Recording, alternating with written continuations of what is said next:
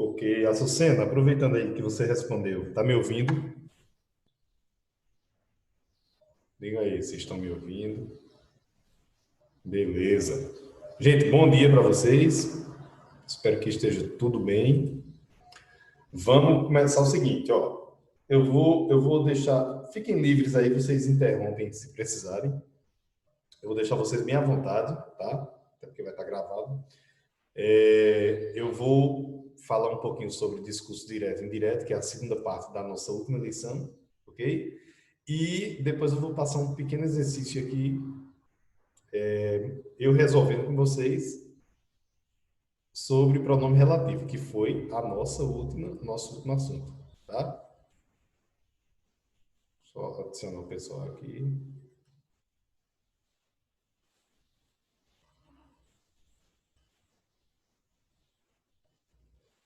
Pronto, ok? Então vamos lá. Olha só, reported speech, tá? O discurso relatado. Peraí, tem alguém falando no chat aqui. Fala, Agda. Bom dia. Tudo beleza? Vamos lá. Então, gente, o que é um discurso relatado, né? Reported speech, que a gente chama também de discurso direto e indireto, certo? Olha só, discurso direto e aqui tem indireto. Aí, na verdade, isso aqui é revisão para vocês, né? Então, o que seria o discurso direto? É exatamente quando eu falo o que alguém disse sem mudar uma vírgula. E o que é o discurso reported ou relatado? Eu mudo, eu falo com as minhas palavras. Então, por exemplo, vou usar um exemplo aqui com Agda, que eu vi o Instagram de Agda. Tá viajando ainda, Agda? Tá viajando, né? Ó, tá sim, então, vamos lá. Então, por exemplo, se eu dissesse assim, Agda falou comigo, lá no Instagram, por exemplo. Aí se eu dissesse, Agda me disse que estava... Qual é a cidade, Agda, que eu esqueci? É o Rio, é? Rio de Janeiro. Eita, vida boa, coisa boa. Ei, tire muitas fotos aí, viu? Ó, vamos lá. Então, o que acontece aqui? A Agda foi e falou para mim, professor, eu estou no Rio de Janeiro, mas eu estou resolvendo as atividades online, do mesmo jeito. Vamos supor que ela tenha dito isso, certo? Aí eu chego para alguém e pergunta aqui, sei lá, se você não pergunta por Agda em relação às atividades. Como é que a Agda vai fazer e tal? Não, não tem problema. Ela falou comigo que estava no Rio de Janeiro e que estaria fazendo as atividades online.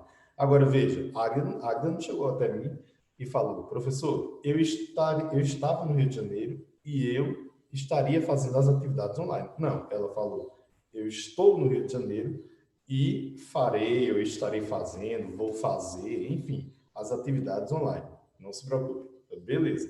Mas quando eu fui contar para a Açucena, eu já contei como. Ela disse que estava.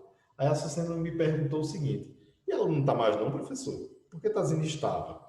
Porque, na verdade, quando você diz assim, ela estava, não é que você está dizendo que ela não está mais, é porque você está se referindo a uma frase, a algo que é do passado, ao momento em que foi falado. Então, ela disse, naquela hora, que estava no Rio. Entendeu aí? Não quer dizer que ela não está mais. Então, muita gente confunde isso e coloca assim. Ela disse que está no Rio. É uma linguagem mais popular? É. É uma linguagem aceitável? Sim. Agora, teoricamente, ela disse que estava. Porque eu estou me referindo ao momento que ela falou. Certo? Então, basicamente isso. Então, vamos lá. Reentendendo aqui. Quando é que eu uso direto? Quando eu não mudo nada. Então, por exemplo, seria o caso aqui. Açucena, Agda me disse, aí eu boto vírgula, boto entre aspas, porque é a frase dela, né? Ela me disse, eu estou aqui no Rio de Janeiro, mas eu vou fazer as tarefas online. Então, basicamente isso. Eu não modifiquei nada da minha frase. E no primeiro exemplo eu modifiquei. Então, o que é que ele está mostrando aqui nessa tabelinha? Aí, claro, ele mostra aqui, né? No presente simples, como é que acontece? Vamos tentar ver isso aqui de uma forma que não seja tão gramatical.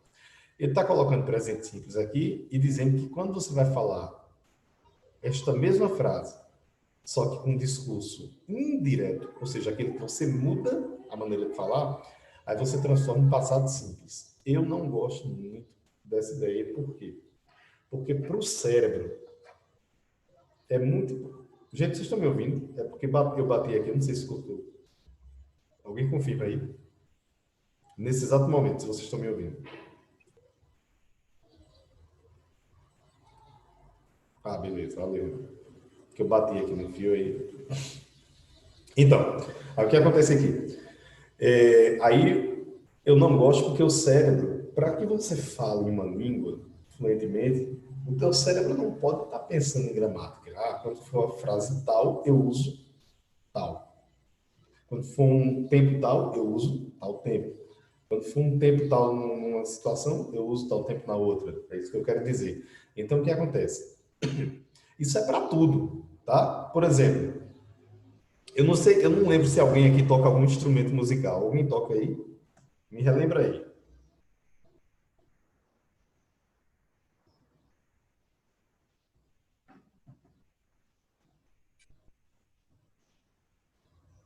Nenhum de vocês toca, gente?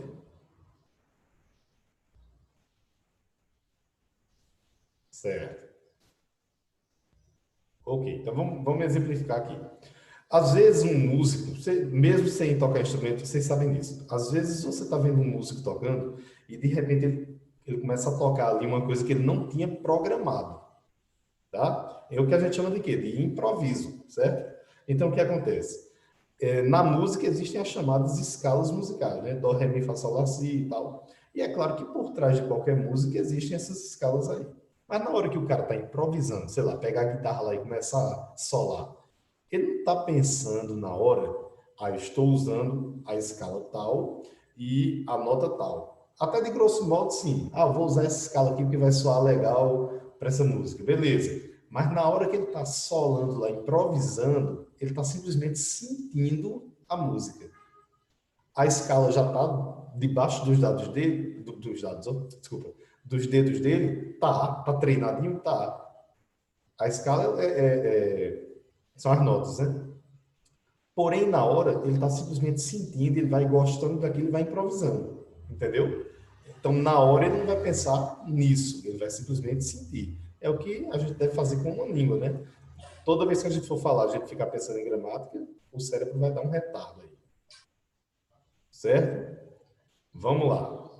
Então, eu vou dar como exemplos e não simplesmente ficar fazendo tabelinha de presente e passado, beleza? Então, olha só. Karen disse: eu assisto Supernatural toda semana, certo? Ela disse isso. Karen disse isso. Quando eu, Eduardo, vou reproduzir para vocês, Renan pergunta: e aí, Eduardo, o que foi que Karen disse?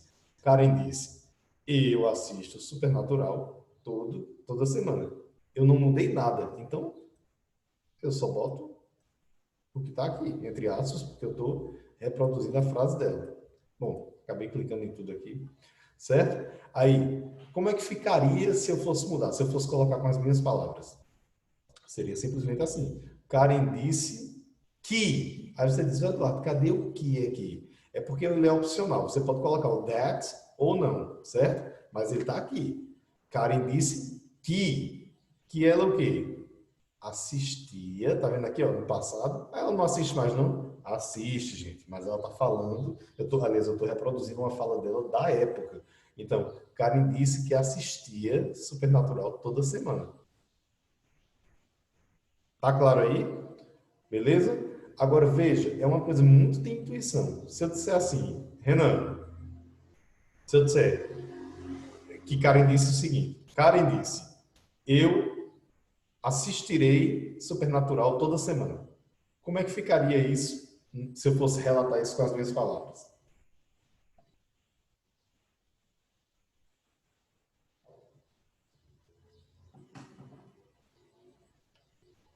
Vou repetir a frase, viu?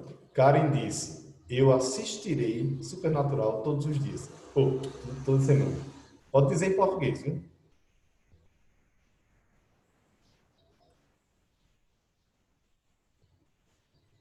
Você, viu, Renan? Só para mostrar.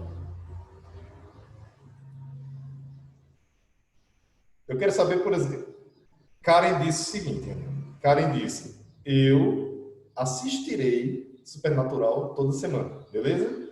Eu quero que você agora reproduza como se uma terceira pessoa estivesse falando o que Karen disse. Eduardo, Karen disse que o quê? Como é que você acha que ficaria essa frase em português? A frase original, como ela disse, é: eu assistirei Supernatural, a Supernatural toda semana. Aí você chega para mim para fofocar dela. Você diz: Eduardo, Karen disse que. Pronto, beleza. Vamos lá. Karen disse que assistirá Supernatural toda semana. Renan, o que você usou aí foi muito legal. Gente, o que ele usou aqui foi aquilo que eu falei no início, aquilo que é popular. Ela disse que assistirá. Bom, mas como é que ficaria de forma corretinha? Karen disse que. Ó,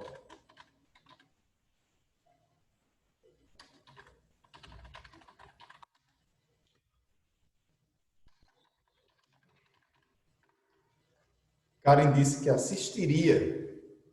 E por quê? Porque ó, ela disse, eu assistirei. Eu vou estar citando o que ela falou ali no passado, né? Ela disse que faria isso, que assistiria. Se ela vai assistir ou não, não sei. Ela disse que assistiria. Entendeu? Ah, Eduardo, mas está errado assistirá? Não, mas é uma maneira mais popular de falar. Beleza? Então, aquilo que eu já tinha falado. Aí, ele diz aqui, ó, presente progressivo, presente contínuo, né? Vai para o passado contínuo. Gente, não precisa pensar dessa forma, né? A gente pode pensar simplesmente assim. James disse, eu estou indo jogar videogame agora. Então, James disse que estava indo na hora. Ele falou que estava indo jogar videogame. Certo? Aí, quando você diz aqui, ó, Ana disse, eu fui ao centro ontem. Ah, peraí, olha só. Ah, então se tiver no passado simples, vira passado perfeito. Primeira coisa, vamos relembrar o que é o passado perfeito, né? Vamos relembrar o que é o passado perfeito. Eu tinha estudado, eu tinha dormido, né? Então, beleza. Quando Ana vem dizer assim, quando eu venho falar sobre Ana, né? Aí eu digo, Açucena, Ana disse, eu fui ao centro ontem. Essa é a maneira direta, né? Não mudei nada. Ana disse que tinha ido, she had gone, ó, que tinha ido ao centro ontem. Aí, gente, eu preciso muito que vocês saibam como funciona em português. Por quê? Porque esse assunto, por acaso, é a mesmíssima regra. Entendeu? Porque aí, se você aplicar no português errado, você aplica no inglês errado. Exatamente porque é a mesma regra. Então, ela disse que tinha. Aí uma coisa, às vezes a pessoa olha isso aqui e diz, puxa, essa frase aqui está tão diferente, diferente dessa. Mas, gente, se você olhar, é só ir montando. Ó. Eu fui. Aqui você tem, ela tinha ido. Então, por isso que muda. Mas mudaria como muda no português, certo? Aí, se tiver no presente perfeito, vem para o passado perfeito também. O que é que ele está querendo dizer aqui? I have bought a car. Eu tenho comprado um carro, tá? Eu tenho comprado carros, enfim. Ele disse que tinha comprado. Veja que é a mesma lógica do português. Futuro aí. Edith me disse, eu te ajudarei. Olha aí, Renan, aquele exemplo. Eu te ajudarei. Ela disse que ela me ajudaria. Would. Ó, porque vocês sabem muito bem que would é o que faz esse verbo help se transformar de ajudar para ajudaria, né? Will é de futuro, ó. Ajudará. Would, condicional. Ajudaria. Então, gente, é só vocês saberem usar em português. Aí, Ken, meus pais me disseram, você pode ir para a festa conosco. Meus pais me disseram que eu posso ir para a festa. É popular demais. Que eu poderia ir à festa com eles. Ó, dá uma pausazinha aqui para dizer um negócio. O que é que acontece com um assunto como esse aqui? É o uso do português. Por exemplo, Ruth. Vamos supor que Ruth. Deixa eu ver aqui. Tá aqui. Não, cadê Barreto? Barreto, tudo em ordem? Vamos supor que Barreto. Vamos criar uma situação aqui para ele. Barreto, ele estava namorando, certo? E Águida é a melhor amiga dele, certo? Só, peraí, Barreto, tá falando aí alguma coisa? Alguém tá falando? Tá muito baixo aqui. Ó, Barreto, ele tá namorando, né? E Águida é a melhor amiga dele, tá ali sempre dando conselho. E Noemi é a namorada de Barreto. Ok, Noemi? Só fictício, viu? Não se preocupe não. Beleza? Vamos lá, continuando então. Aí o que acontece? Só que Barreto vacilou, certo? Barreto vacilou com Noemi e Barreto tem uma mania de deixar ela esperando muito tempo. Aí ela vai e diz: Olha, meu filho, sinto muito, ei, some daqui, quero mais nada com você. Aí ele se arrepende e vai conversar com quem? Com a Águida, que é a melhor amiga dele e também a melhor amiga dela. Aí ele pega e diz o quê? Olha, eu estou arrependido, porque realmente toda vez ela atrasava, e ela não gosta de atraso, e ela não merece, blá blá blá, aquele blá blá blá todo. E aí a Águida vai conversar com Noemi. Noemi pergunta: o que é que tu acha que eu devo fazer? Aí a Águida vai e diz: Olha, se eu fosse você, eu voltava para ele. Bom, isso é correto? Voltar ou não voltar? Não sei. Aí é que Noemi. Agora, é correto você dizer voltava? Não. Entendeu? Águida, como uma boa falante de português, ela iria, tá vendo? Tá vendo o que eu disse? Ó? Ela iria dizer o quê? Se eu fosse você, eu voltaria para ele. Aí o grande problema está nisso, porque a maioria das pessoas fala, eu voltava. Ah, se eu fosse tu, eu fazia isso. Não, gente, não é fazia, é faria. Ah, se eu fosse tu, eu dava um murro nele. Dava não, porque não é, você não deu não um murro. Você daria, é hipótese. Compreenderam?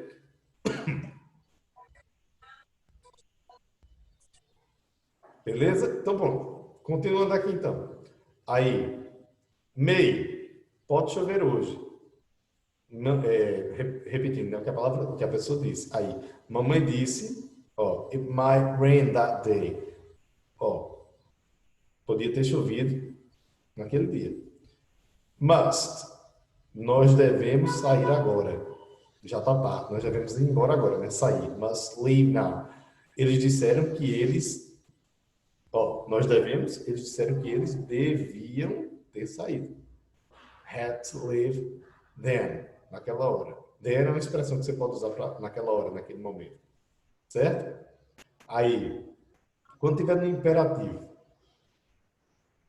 o professor disse: Pessoal, eu estou dizendo pessoal para não ficar. Estudantes, alunos, né, que ninguém fala assim aqui, né? Alunos, abram seus livros. Inclusive, isso aqui foi bom ter aparecido, porque muitas vezes o pessoal me pergunta assim: Ô professor, qual é o problema de chamar o professor de teacher no inglês? Por que não chama? Você não chama professor de teacher, certo? Vocês me chamariam, por exemplo, meu nome é Eduardo Lopes de Araújo Paz. Vocês, de repente, me chamariam de senhor Paz, senhor Araújo, e por aí vai, né? Não chama de alunos, de professor. Tipo, professor, vem cá. Não. Senhor fulano, vem cá. Agora você pode dizer o quê? O meu professor de inglês é aquele ali. Aí sim, certo? O que é que acontece então? Você até aprende essa informação que eu estou dando, mas você não sente na pele, né? Então, por que que não pode chamar professor de professor? Uma coisa tão besta, a gente chama aqui no Brasil. Professor, né? Pois é, tá aqui um exemplo aqui, ó. A gente não fica em sala de aula. Se alguém chamar, eu vou achar muito estranho. Eu tenho certeza que muitos vão achar estranhos. Alunos, abram os livros na página tal. Apesar de que vocês são alunos, mas não é costumeiro. A gente chama muito o quê? Pessoal, o livro na página tal. É muito estranho chamar alunos. Assim, olha como é que é interessante. Ô, Renan, como é que você chama o garçom, né? Não é chamar no sentido de ei, não. Como é que você nomeia o garçom quando você está no restaurante? Você chama ele de garçom de quê?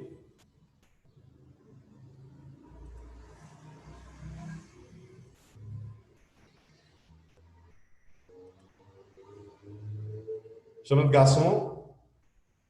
Ô, Águida, como é que você chama aí os garçons do Rio de Janeiro?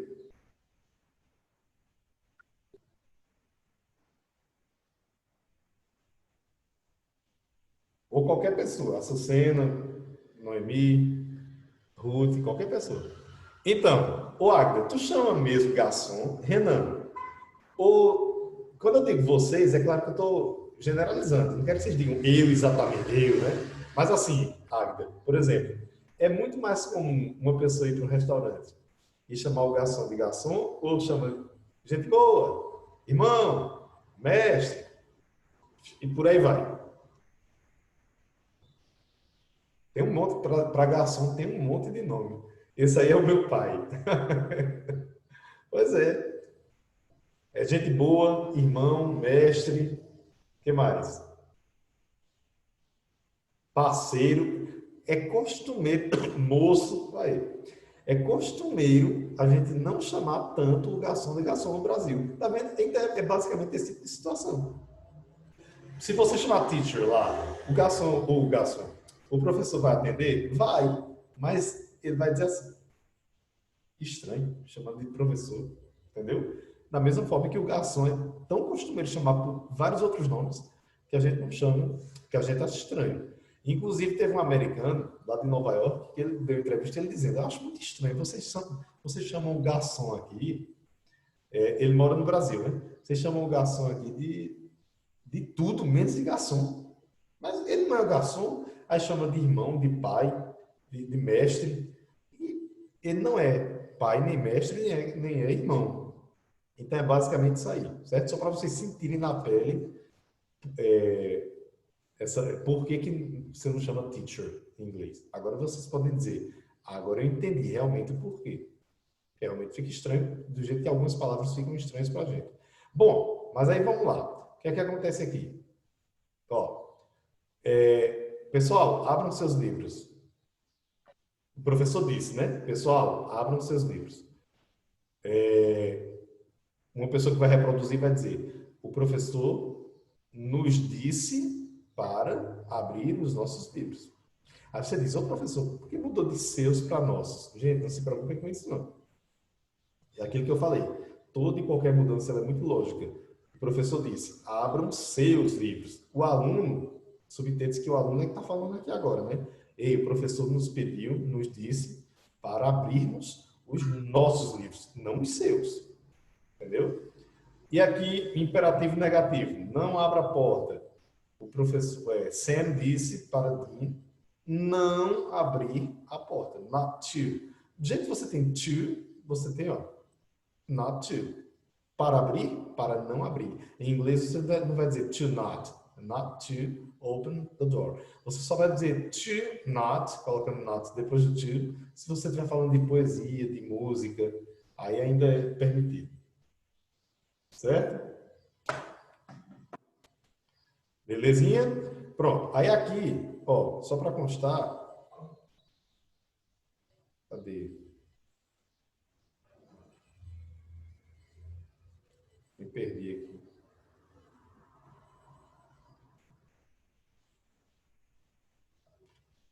Ah, aqui. Só para vocês, não vou citar isso tudo aqui, não. Só para vocês terem ideia.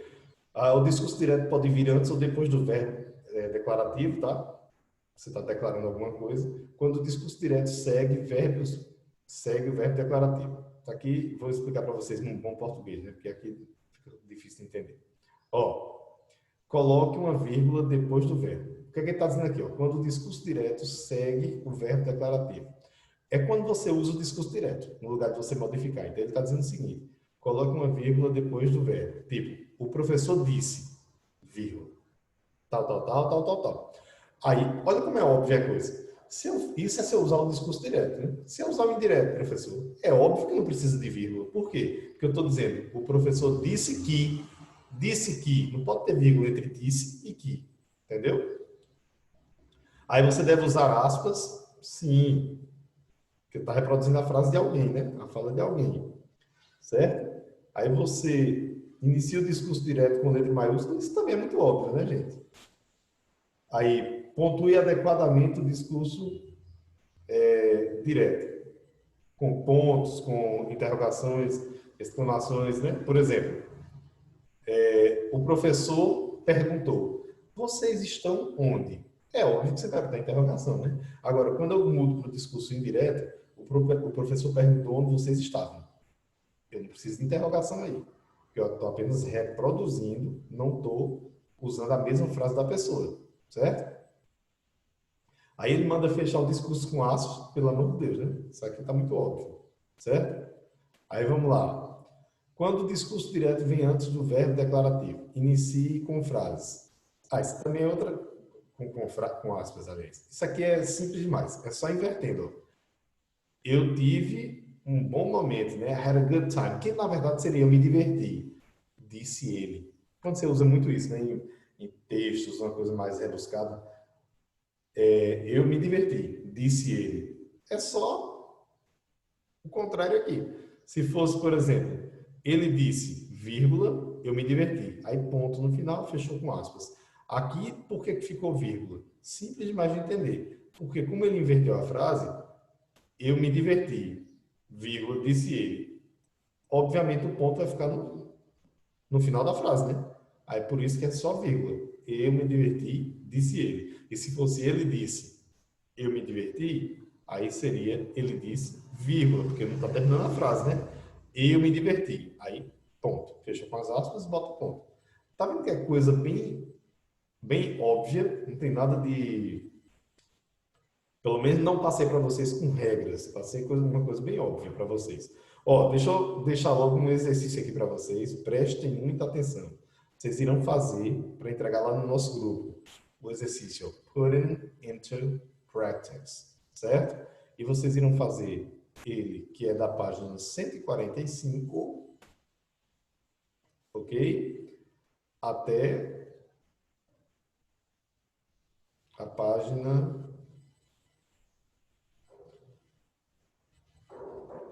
148, certo? Agora, 148 até iniciar o complementar. O complementar não precisa não. 145 a 148, beleza? Bom, vou fechar isso daqui.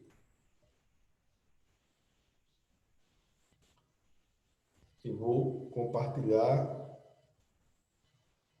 Agora deixa eu achar aqui.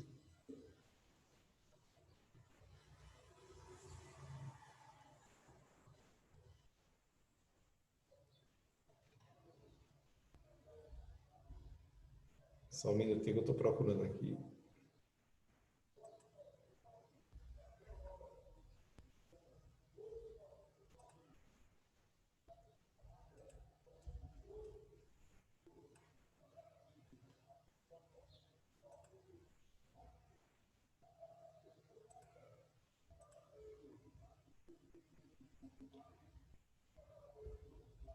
Gente, o que é isso que eu estou achando aqui? Testar de novo aqui. Espera que eu já vou ver o chat aí. Vocês digitaram alguma coisa aí.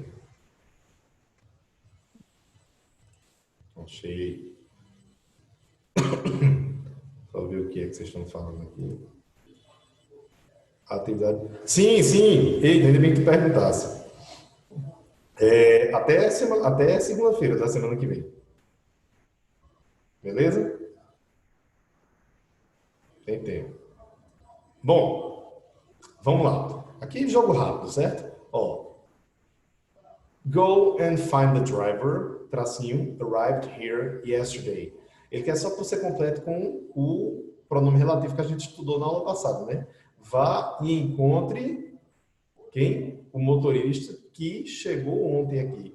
Como é que poderia ser esse que? Vamos lá. Bom, não pode ser letrado nunca, né? Porque não tem nada a ver nem com que aqui. Poderia ser who, que, whose, quer dizer, cujo, né? Motorista cujo chegou aqui. Não tem nada a ver, né? Nem what, tá? E eu tenho aqui a opção whom. Whom que é usado quando você tiver o quê? Uma preposição, né? Uma das opções. Então, na verdade, seria o quê? Letra B. Who. arrived here yesterday. Aí eu vou mostrar aqui a vocês. Ó. Tá vendo aqui? Quando nos referimos a pessoas em inglês, usamos sempre os pronomes who, whom e whose. Porém, para completar a frase acima, apenas o who enquadra-se. Por quê? Pela razão que eu falei para vocês. Whom poderia ser? Poderia. Mas quando eu tenho preposição. Beleza? Que é o pronto. Ele dá um exemplo aqui. Ó. Para quem seria uma preposição. Vamos lá. Aí, questão número 2. He is the man, tracinho, sings very well. Ele é o homem que canta muito bem. E aí? Marca a letra D. Ele é um homem que canta muito bem. Para vocês entenderem, por que não é whom? Porque precisaria de um in, de um to, que são preposições, certo? Ou aquele caso que eu falei de quando você tem duas pessoas na ação, né, Ruth? Por exemplo, ele é o homem que Eduardo convidou para cantar. Pronto. Ele é o homem que Eduardo convidou para cantar. Estou falando dele e estou falando de Eduardo. Um cometeu a ação e o outro é falado. Aí poderia ser ruim também. Então, nesse caso, depois eu volto aqui. Pronto, já sabe que é a letra D. That's the fireman, tracinho, son, suffered an accident this afternoon. Esse é o bombeiro cujo filho sofreu um acidente, ó, cujo, dando ideia de posse. Ó. Filho de quem? Do bombeiro. Cujo filho sofreu um acidente essa tarde. Então, whose seria a resposta. Beleza? Bom, e a 4? Marque a opção que completa corretamente aqui. O carro, tracinho, era um táxi, explodiu. O carro, o qual era um táxi, o que era um táxi, explodiu, né? Bom, se é coisa, se tivesse alguma who aqui, eu já não poderia, né? Eu poderia usar aqui which, posso aqui. That também é possível, então deixem aberto. A senhora Jack, tracinho, eu gostava muito, é minha professora. Eu gosto muito, é minha professora. Bom, estou falando de pessoa, não posso usar o which. Então, o que vai acontecer? A segunda vai ter que ser ou whom, que tem a ver com pessoa, né? Ou who, que tem a ver com pessoa, ou that, que é aquela pecinha corinho, que eu disse que serve para todos, né? Mas jamais poderia ser algo com which, por exemplo. Aí vamos deixar aberto, né, para ver aqui qual é. Aí, meu irmão, tracinho, telefone, você escutou, é um médico. Então, vamos lá. Meu irmão, cujo telefone você acabou de escutar, telefonema, tá, telefone, você acabou de escutar, é um médico. Ah, então aqui a última eu já sei que é whose. Qual é a única alternativa que tem whose aqui? Só essa. Então, which, certinho, whom, whose. Beleza? E aí fechamos e vocês estão livres para descansarem aí.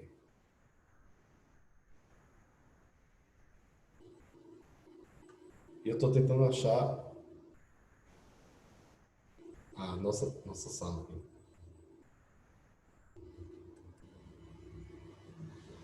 Ok, gente? Sim, deixa eu ver o que está no chat aqui. Beleza, valeu. Atividade até segunda-feira.